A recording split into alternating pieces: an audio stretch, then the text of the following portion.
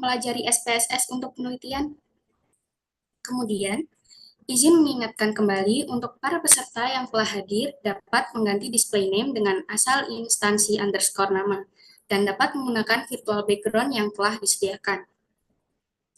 Kemudian, sebelum memulai acara webinar pagi ini, izinkan kami untuk melakukan dokumentasi terlebih dahulu. Mohon untuk seluruh peserta dapat menyalakan kamera.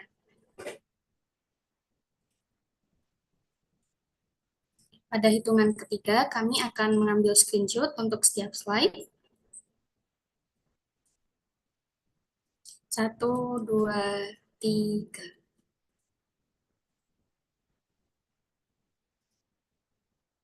Satu, dua, tiga. Baik, sebelum dilanjutkan, izinkan saya untuk menyampaikan sedikit pantun. Pensil ini sudah tumpul. Butuh peraut merek sashimi. Karena semua sudah berkumpul, mari kita mulai acara ini. Nah, kata orang, tak kenal maka tak sayang. Oleh karena itu, izinkan saya untuk memperkenalkan diri. Saya Via Yulanisa Aulia dari Politeknik Statistika STIS sebagai pembawa acara sekaligus moderator yang akan memandu acara pada pagi hari ini. Kini, sebelum memulai acara pada pagi hari ini, mari kita buka dengan doa terlebih dahulu agar acara dapat berjalan dengan lancar. Berdoa sesuai dengan kepercayaan masing-masing, dipersilahkan.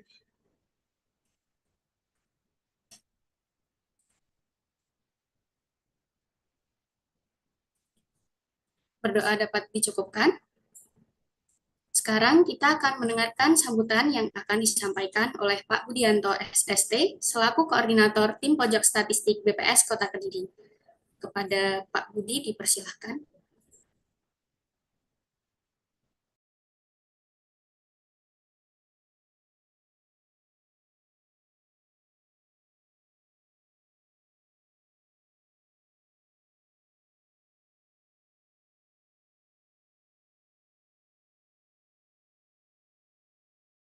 Mohon tunggu sebentar ya. Masih pengepasan perangkat.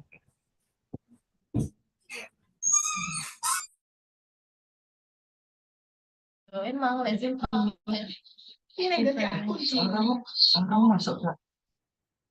Udah.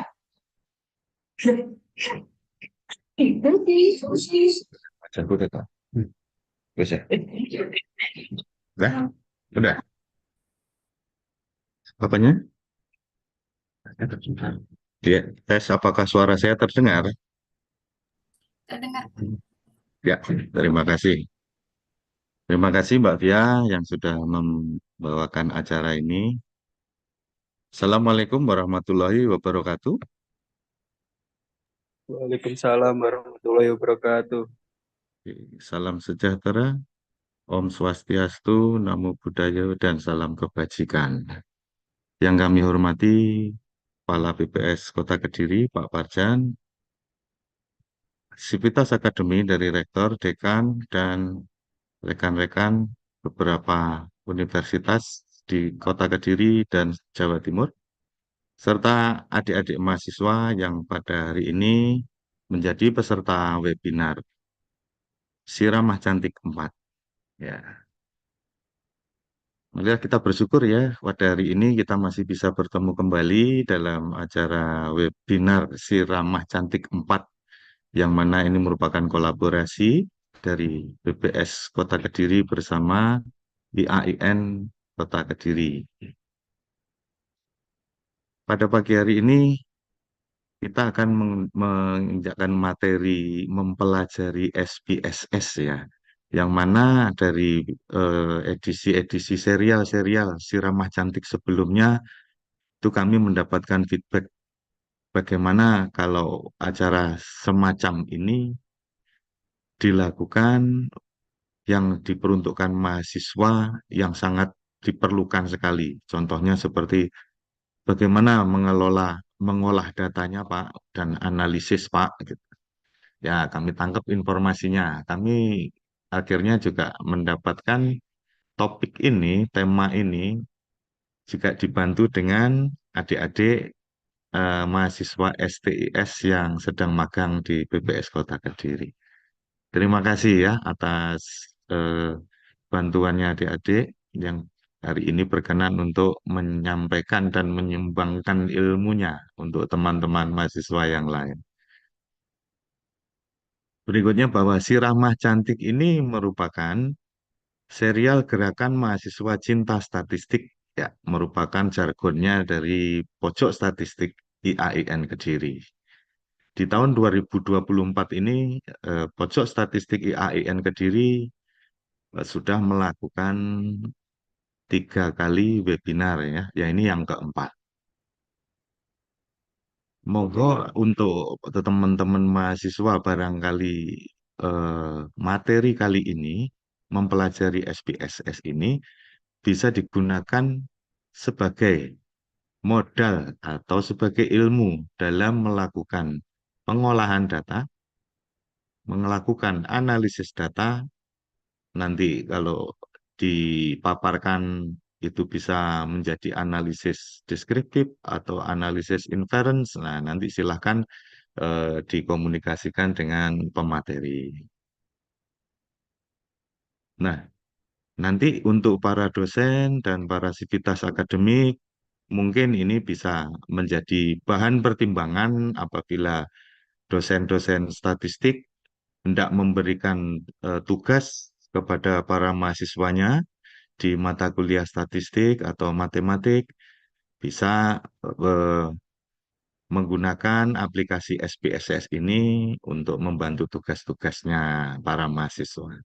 Nah, bisa direkomendasikan Pak, Bu dosen yang mengajar statistik, ini sangat bagus sekali dan hasil analisisnya juga lumayan bagus juga ya, bisa dianalisis dengan luas nanti, tergantung data apa yang digunakan. Nah, jika para mahasiswa nanti diberikan tugas seperti itu, juga silahkan juga mengunjungi pojok statistik ya. Di sana sudah tersedia berbagai macam digital library di http perpustakaan.bps.go.id yang bisa diakses melalui web ya. Nanti data apa yang Anda butuhkan untuk analisis tersebut bisa berhubungan dengan siapa yang sedang melakukan piket konsultasi data di pojok statistik. Nah, sebagai gambaran, sebagai tambahan bahwa pojok statistik IAIN Kediri itu setiap hari Rabu itu ada ASN yang bertugas di pojok statistik ya. Tepatnya lokusnya ada di perpustakaan lantai 2 IAIN Kediri, Jalan Jogorio itu ya, di Kelurahan Ngeronggo. Nah, adik-adik mahasiswa yang kami banggakan, ada perwakilan dari agen statistik IAIN Kediri yang pada SDC kemarin, Statistik Data Camp, itu sudah masuk 30 besar bersama 29 university besar seluruh Indonesia. Nah, hari ini sampai dengan awal September nanti agen statistik tersebut sedang mempersiapkan tahap 2, seleksi tahap 2. Nah, dari 30 university se-Indonesia itu 11 diantaranya dari Jawa Timur ya. Yang terdekat dari Kota Kediri adalah UIN Tulungagung ya. Tuh, jadi termasuk di 11 Jawa Timur yang mewakili 30 besarnya. Ya, semoga nanti karya-karya yang seperti itu dapat disumbang sharekan itu apa? Dibagikan ya, dibagikan kepada teman-teman mahasiswa yang lain. Jadi jika ilmu itu semakin berkembang, nanti berkah kita juga akan semakin berkembang, ya. Karena itu adalah jariah. Dan pada pagi hari ini pelajaran SPSS nanti yang akan dibawakan oleh Mbak Laila dari mahasiswa STIS. Semoga dapat berjalan dengan lancar, sukses, dan bermanfaat bagi seluruh mahasiswa ataupun sivitas akademik yang hadir pada pagi hari ini. Nah, selamat belajar. Pak Bud hanya bisa menyampaikan eh, salam sehat selalu, salam bahagia selalu, terus bermanfaat, terus berkembang, dan terus maju.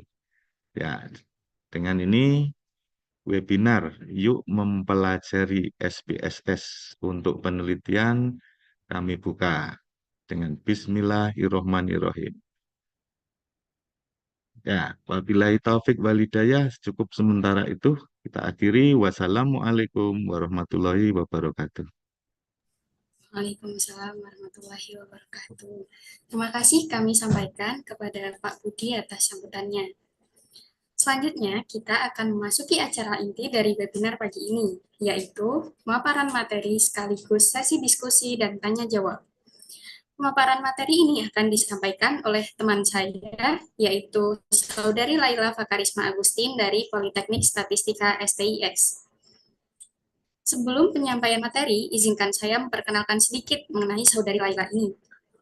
Saudari Laila merupakan mahasiswi Politeknik Statistika STIS, Prodi D4 Statistika semester 6, yang saat ini sedang menjalani masa magang di PPS Kota Kediri.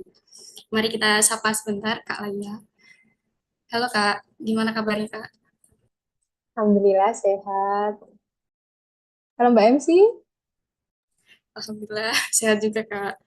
Udah siap belum nih menyampaikan materi tentang SPSS nih untuk teman-teman semuanya? insya Allah siap.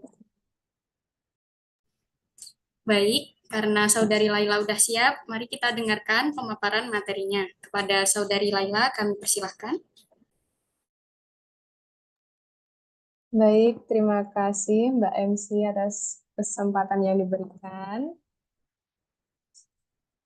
Sebentar, saya mohon izin untuk share screen.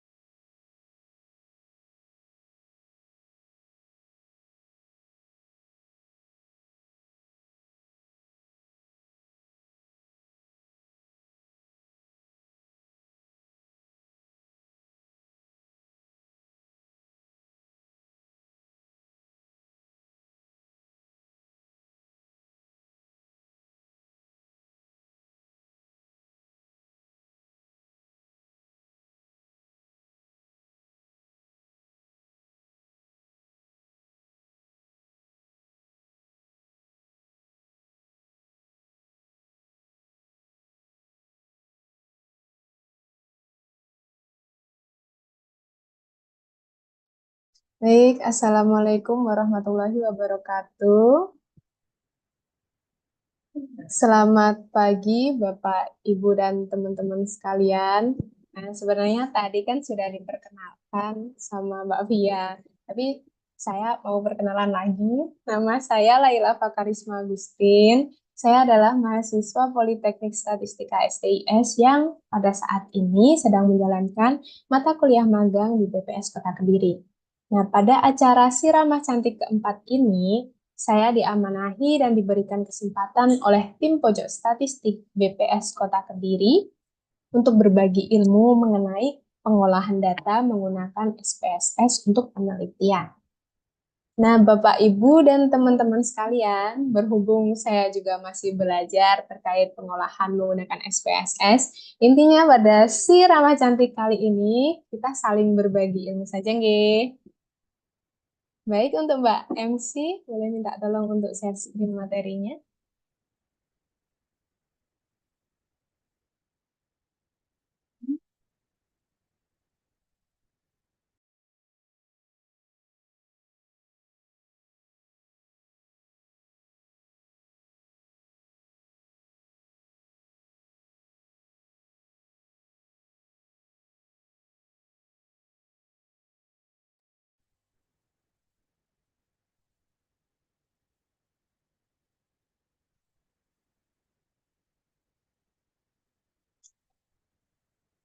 Baik, saya akan menyinggung terkait analisis data penelitian terlebih dahulu. Biasanya kan dalam analisis data penelitian ini ada dua analisis, yaitu analisis deskriptif dan analisis inferensial. Nah, analisis deskriptif ini wajib dilakukan untuk memperkenalkan setiap variabelnya, mendeskripsikan setiap variabelnya sehingga hal ini tidak bisa ditarik kesimpulan untuk sebuah populasi atau sebuah data yang lebih besar. Nah, sementara statistik inferensial adalah metode yang menggunakan rumus statistik dan hasil perhitungannya nanti dapat digunakan untuk membuat kesimpulan tentang data populasi dari data sampel yang digunakan. Nah, statistik inferensial ini memiliki beberapa metode, yang salah satunya adalah analisis regresi, yang akan kita bahas pada pertemuan kali ini. Gimana Mbak MC?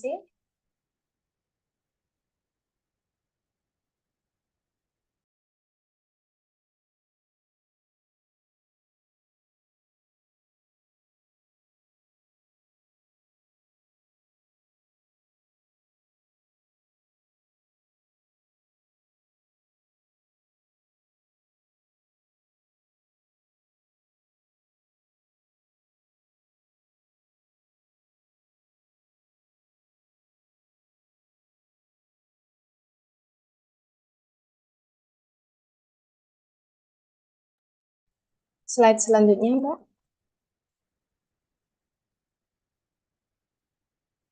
Nah, kita sudah mulai masuk ke analisis regresi sendiri.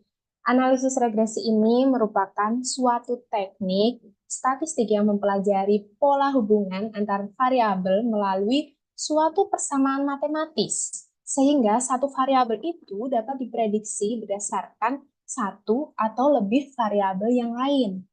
Nah, regresi dan korelasi ini kan sama-sama mempelajari tentang hubungan antar variabel. Namun, bedanya itu terletak pada kalau regresi ini mampu menjelaskan hubungan sebab akibat, sementara korelasi tidak mampu menjelaskan hubungan sebab akibat tersebut. Nah, di dalam regresi terdapat dua jenis variabel, yaitu variabel dependent atau terikat, atau yang biasanya dilambangkan dengan variabel Y, dan variabel independent atau bebas, atau biasa dilambangkan dengan variabel X. Nah, beberapa contoh penerapan analisis regresi di kehidupan sehari-hari yaitu pengaruh pendapatan rumah tangga terhadap pengeluaran untuk konsumsi. Nah, regresi linear sendiri ini ada dua, yaitu regresi linear sederhana atau RLS dan regresi linear berganda atau RLB. Nah, beda dari keduanya ini terletak pada jumlah variabel bebasnya. Kalau RLS itu variabel bebasnya atau variabel X-nya itu 1, sementara RLB itu variabel X-nya lebih dari 1. Selanjutnya, Mbak. Untuk bentuk umum regresi linear berganda sendiri sudah tertera pada layar, yaitu Y atau variabel dependennya atau variabel terikatnya sama dengan beta 0 plus beta 1 X1 plus beta 2 X2 sampai dengan beta K XK ditambah dengan random errornya, nilai errornya. X ini adalah variabel independen. Kemudian yang E itu kan random error dan beta 0 ini adalah nilai intercept dan beta 1 sampai beta K itu adalah parameter regresi. Selanjutnya, prosedur dalam melakukan analisis regresi linear berganda. Yang pertama, harus mengidentifikasi dari data-datanya terlebih dahulu dan melakukan pembentukan model. Nah, pada tahap ini, kita perlu mengeksplor terlebih dahulu data yang akan digunakan. Maka dilakukanlah analisis deskriptif. Kita bisa hitung summary statistiknya terlebih dahulu, yaitu biasanya menghitung nilai minimum, maksimum, median, mean, dan standar deviasi. Kemudian dapat mengidentifikasi hubungan antar variabelnya menggunakan scatter plot. Langkah yang kedua yaitu pendugaan parameter model. Dalam regresi linier, kita menggunakan metode ordinary least square. Kemudian tahap yang ketiga, pengujian keberartian parameter model. Nah, terdapat dua uji, yaitu uji simultan dan uji parsial. Uji simultan ini digunakan untuk menguji apakah model regresi dapat menjelaskan hubungan antar variabel bebas atau variabel X-nya terhadap variabel terikat atau variabel Y-nya. Atau setidaknya ada satu variabel bebas yang berpengaruh signifikan terhadap variabel tak bebasnya. Biasanya kita menggunakan statistik uji F untuk uji simultan ini. Kemudian dilakukan uji parsial. Uji parsial ini digunakan untuk menguji apakah variabel bebas tertentu berpengaruh signifikan terhadap variabel tak bebasnya. Biasanya menggunakan statistik uji T.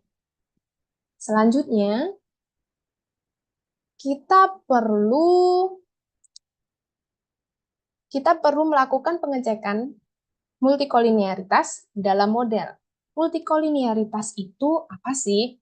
Multikolinearitas itu adalah kondisi di mana terjadi korelasi yang tinggi atau hubungan yang tinggi antara variabel bebasnya dalam model regresi linier. Kondisi ini dapat dicek melalui nilai VIF.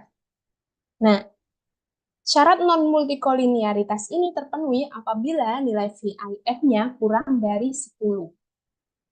Setelah itu, kita masuk ke pemeriksaan asumsi model. Ada 3 asumsi klasik, yaitu asumsi normalitas residual, asumsi homoskedastisitas, dan asumsi non-autokorelasi.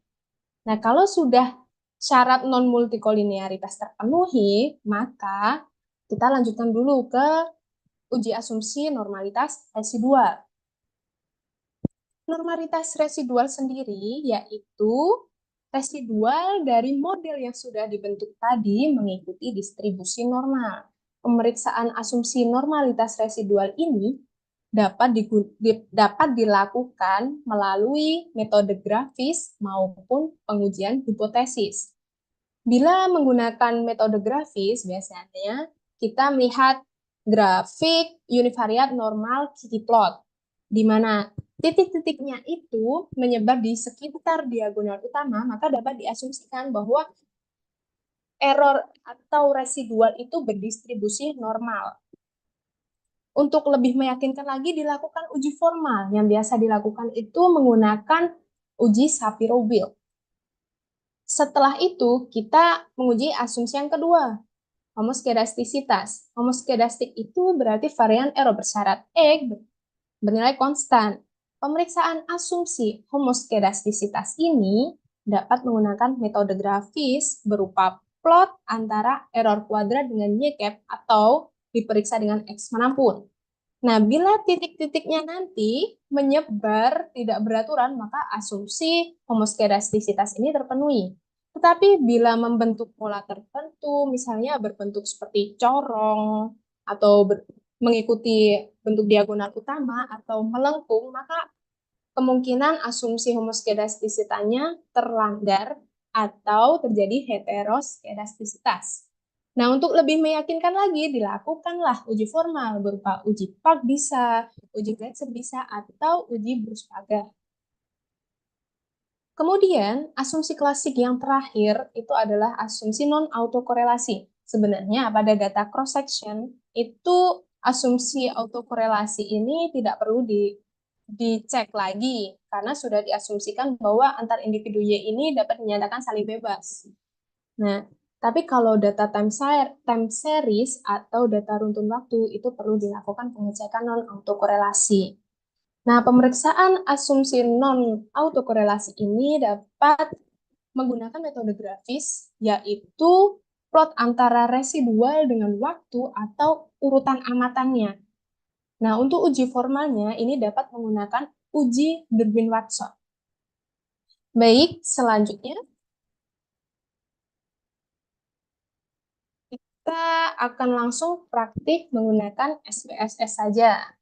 Nah, jadi untuk praktik kali ini Saya akan menggunakan data sekunder. Jadi tidak perlu dilakukan uji reliabilitas lagi dan uji validitas lagi. Tapi kalau menggunakan data primer, perlu melakukan dua uji tersebut. Seperti itu. Sebentar, saya izin share screen.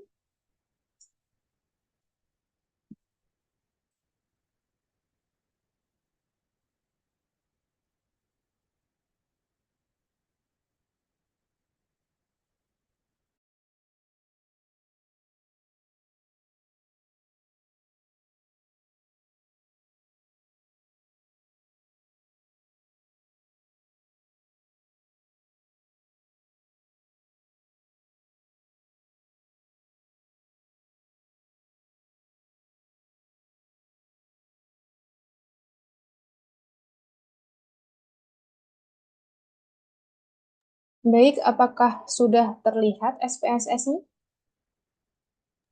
Sudah. Baik, kita sudah membuka SPSS ini, lalu kita akan memasukkan datanya. Biasanya kita bisa memasukkan datanya melalui, kalau ada data di Excel, itu di copy paste ke SPSS ini. Tapi supaya lebih cepatnya, kita klik file, kita import datanya, dan pilih data yang dari Excel. Kalau memang ekstensinya Excel. Tapi kalau data stata ya menggunakan yang stata ini. Karena kami akan menggunakan data yang ekstensinya Excel, maka klik yang Excel. Ini kita menggunakan data webinar, kemudian klik OK.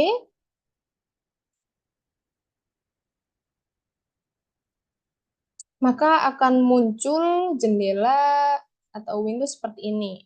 Nah, kita lihat dulu apakah data yang dimasukkan nanti benar. Nah, sudah, maka langsung klik OK.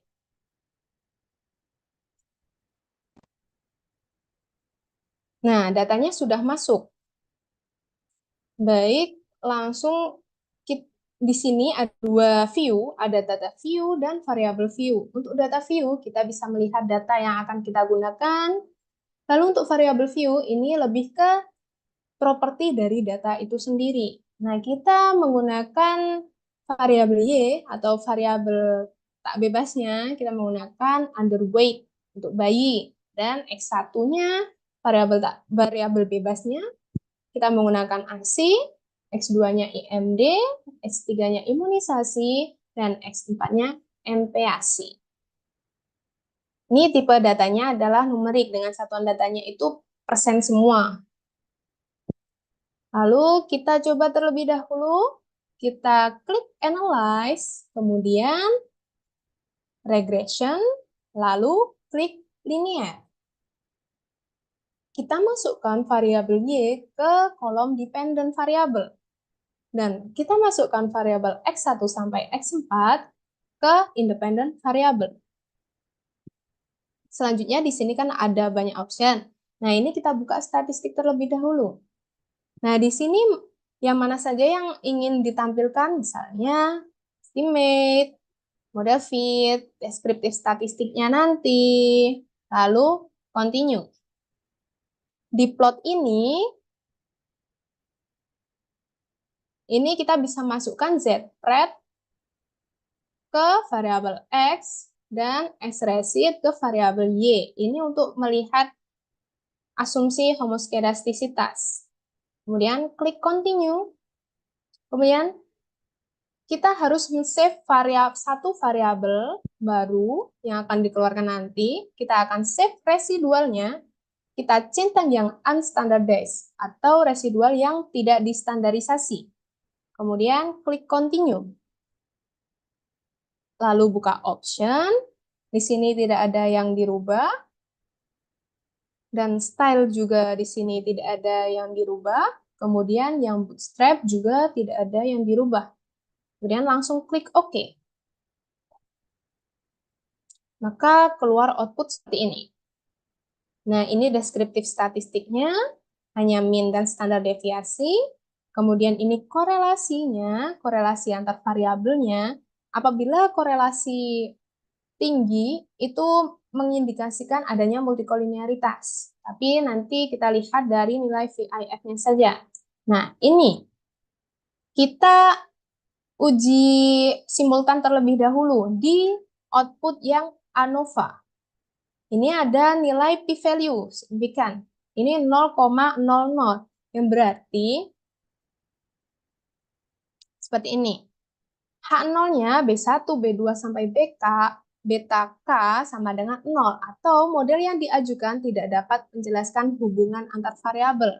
Nah, untuk H1-nya, atau hipotesis alternatifnya, minimal ada 1 beta yang tidak sama dengan 0. Berarti kan minimal ada 1 variabel bebas yang signifikan atau model dapat menjelaskan hubungan antar variabel. Menggunakan statistik uji F. Ini menggunakan statistik uji F.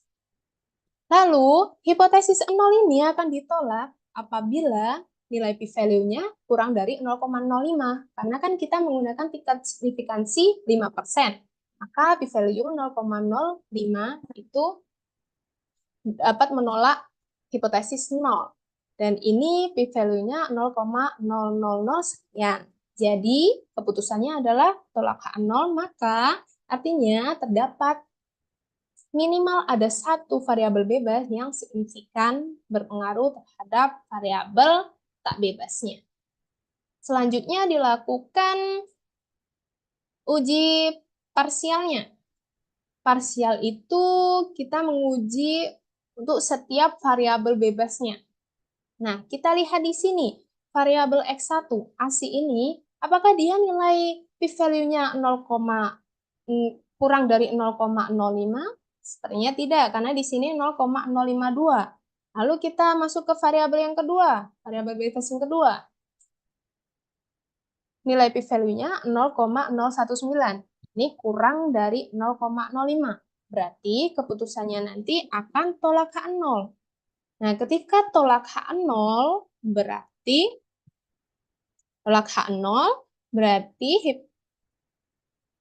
variabel bebas ke J, maksudnya di sini adalah X2, variabel bebas X2 itu signifikan mempengaruhi variabel tak bebasnya, atau variabel Y-nya tadi. Y-nya di sini kan underweight. Nah, kemudian yang variabel bebas yang ketiga, ini kan p-value-nya 0,074. Nah, berarti kan lebih dari 0,05, berarti itu gagal tolak H0, berarti dia tidak berpengaruh signifikan. Nah, kemudian yang X4 MPASI ini p-value-nya 0,00. Jadi, ini dia variabelnya signifikan berpengaruh terhadap variabel Y underweight. Seperti itu. Kemudian ini untuk plot pengecekan homoskedastisitas. Ini kan terlihat menyebar ya. Nah, untuk lebih meyakinkan nanti kita lihat pada beberapa waktu yang akan datang, kita klik dulu analyze. Kita mau lihat multikolinearitas terlebih dahulu. Analyze, kemudian regression, kemudian klik linear. Dan di statistiknya ini kita harus centang collinearity diagnostic. Kemudian continue. Yang residualnya tadi kan sudah di-save di sini, sudah terdapat 1 residual, maka di sini tinggal dihilangkan centangnya. Kemudian klik continue dan oke. Nah, di sini dia keluar nilai VIF-nya. Terlihat bahwa VIF yang variabel bebas ini kurang dari 10. Maka dari itu tidak terjadi multikolinearitas. Nah, selanjutnya kita pengecekan asumsi normalitas residual. Normalitas residual, kita klik deskriptif, kemudian kita klik explore. Analyze, deskriptif, dan explore. Kemudian, masukkan variabel residual ini ke dependent list. Klik. Lalu, di statistiknya ini tidak perlu dicentang apapun, di plotnya ini kita centang normality plot with test. Dan kita lihat histogramnya seperti apa. Stem and leaf ini tidak perlu. Kemudian di option ini tidak ada perubahan dan bootstrap juga tidak ada perubahan. Kemudian klik OK. Nah, di sini dapat nilai p-value untuk Shapiro-Wilk, uji Shapiro-Wilk, ini 0,611, berarti ini kan lebih dari 0,05. Karena lebih dari 0,05, maka dia ini gagal tolak H0. Ketika gagal tolak H0, berarti residualnya itu mengikuti distribusi normal. Berarti asumsi normalitas residual terpenuhi. Selanjutnya kita akan mengecek asumsi homoskedastisitas. Dari nilai residual yang sudah di save tadi, kita klik transform dan compute variabel. Kita buat variabel yang baru lagi. Kita buat variabel absolute residual. Kemudian di numeric expression-nya kita masukkan klik function grupnya all, kemudian klik yang absolute, dan masukkan nilai residualnya. Kita oke. Kemudian ini keluarlah variabel yang baru, absolute residual. Nah, variabel ini akan kita gunakan untuk mengecek homoskedastisitas. Kita klik analyze, regression, lalu klik yang linear. Yang dependent variabelnya tadi kan variabel Y, kita ganti dengan absolute residual. Nah, yang statistiknya tadi, yang collinearity-nya tidak perlu. Kemudian plotnya ya sudah, tidak apa-apa. Save-nya juga tidak perlu, di-save lagi. Kemudian klik OK.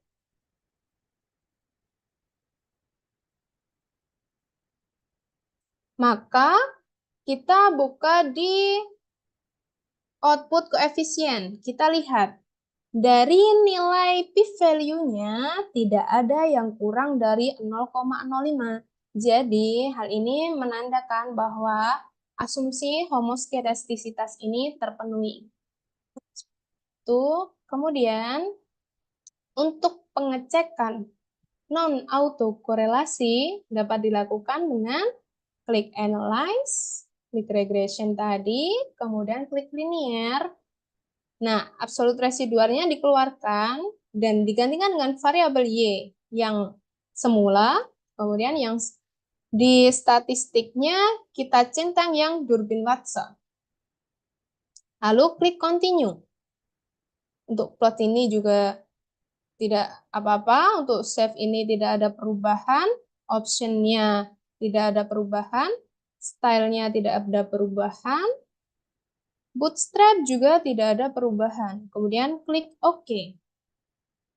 Nah, dari sini keluar nilai Durbin-Watsonnya di output model summary.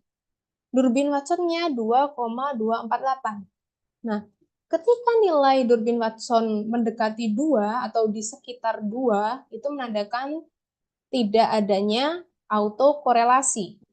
Atau bisa kita bandingkan dengan T-tabel, dengan Durbin-Watson tabelnya. Seperti ini. Durbin-Watson statistiknya kita dapat 2,248 dan DU-nya 1,7277, maka 4 min DU-nya 2,2723. Nah, tabel ini nilai Durbin-Watson tabel ini kita dapatkan dari jumlah dari internet dengan kita memasukkan ini sudah dapat tabel Durbin-Watson. Nah, ini kita lihat berapa banyak observasi yang kita gunakan, yaitu kan 34 provinsi. Maka di sini N-nya itu berjumlah 34. Dan K itu adalah banyaknya variabel bebas. Nah, variabel bebas yang kita gunakan tadi kan ada 4. Berarti di sini kita tarik yang variabel bebasnya 4. Nah, kita tahu DU-nya itu 1,7277. Maka di sini ditulislah 1,7277. Maka 4 min DU-nya 2,2723. Dan nilai D atau Durbin-Watson statistik tadi berada di antara DU dan 4 min DU. Maka dapat disimpulkan bahwa tidak terjadi autokorelasi.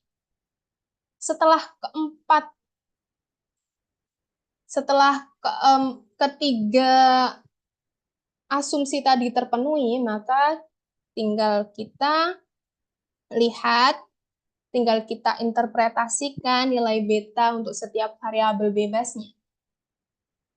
Tadi kan variabel yang signifikan itu X2 atau IMD, inisiasi menyusu dini, dan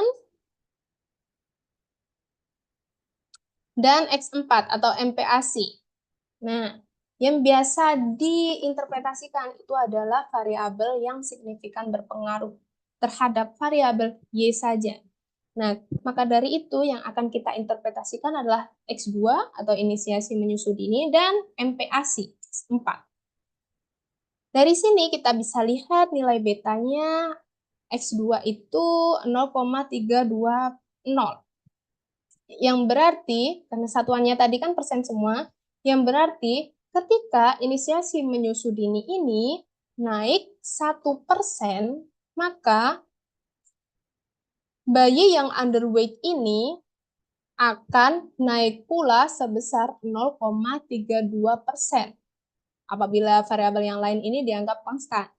Nah, kemudian yang variabel MPASI ini ketika ini kan bernilai negatif, jadi dia nanti akan menurunkan.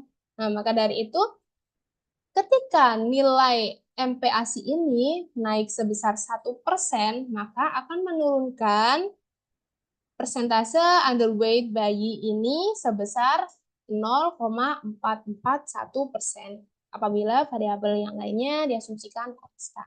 Seperti itu.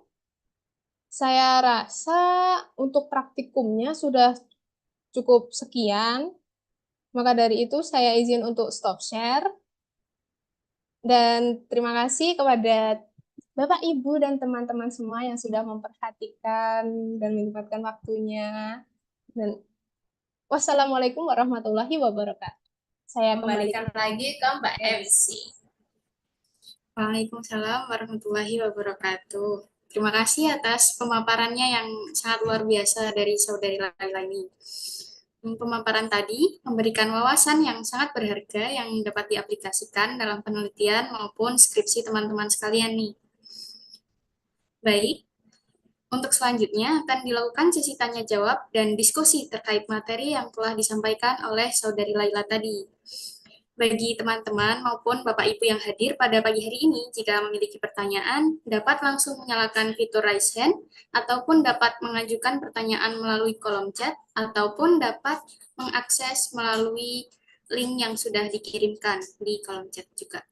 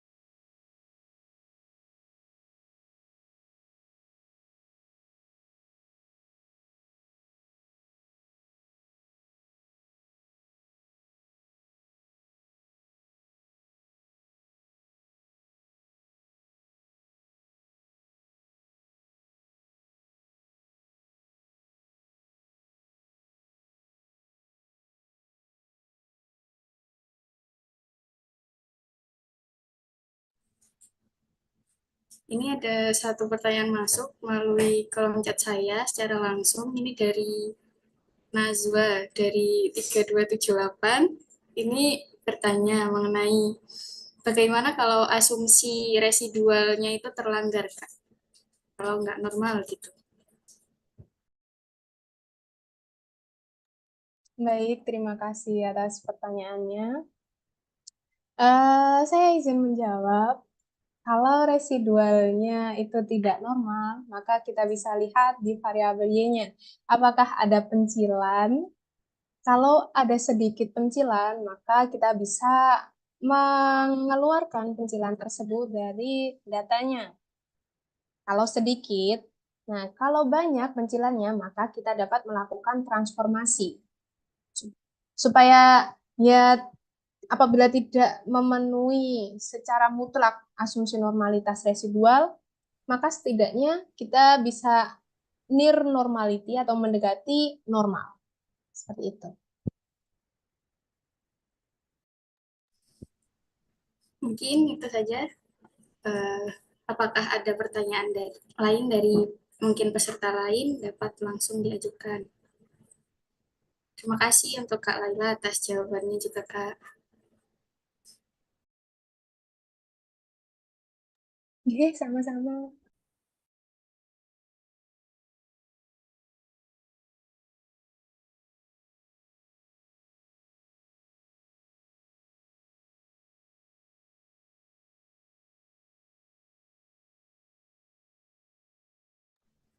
Kemudian saya izin mengingatkan kembali untuk teman-teman, Bapak dan Ibu, mungkin dapat mengisi presensi atau daftar hadir melalui link yang sudah dikirimkan melalui kolom chat.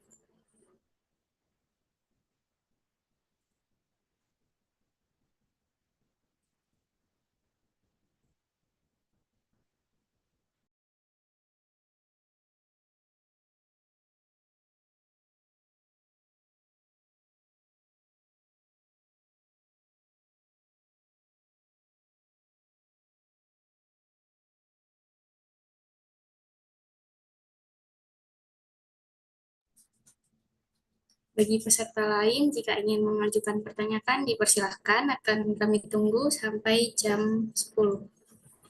Terima kasih.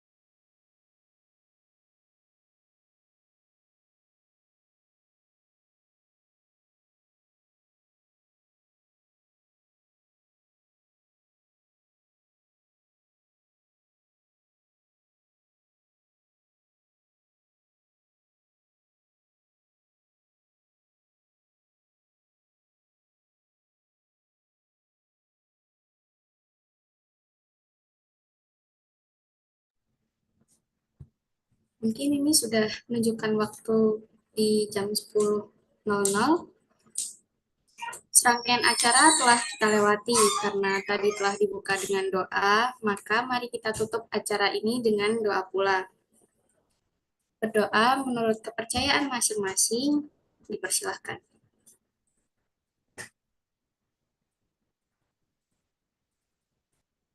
Berdoa dapat dicukupkan. Terakhir juga, kami ucapkan terima kasih kepada para sivitas akademika dari Fakultas Ekonomi Bisnis Islam IAIN Kediri, Saudari Laila, serta semua peserta yang telah dengan penuh perhatian mengikuti acara ini dari awal hingga akhir. Saya sebagai pembawa acara juga ingin menyampaikan permohonan maaf jika ada kesalahan kata maupun tindakan, baik yang disengaja maupun tidak. Sebelum menutup acara ini, izinkan saya untuk memberikan pantun sekali lagi. Buah nanas, buah ceri. Cakep. Dicampur gula enak sekali. Artinya. Cukup sekian si ramah cantik kali ini. Semoga bisa bertemu lagi kemudian hari. Akhir kata, wassalamualaikum warahmatullahi wabarakatuh.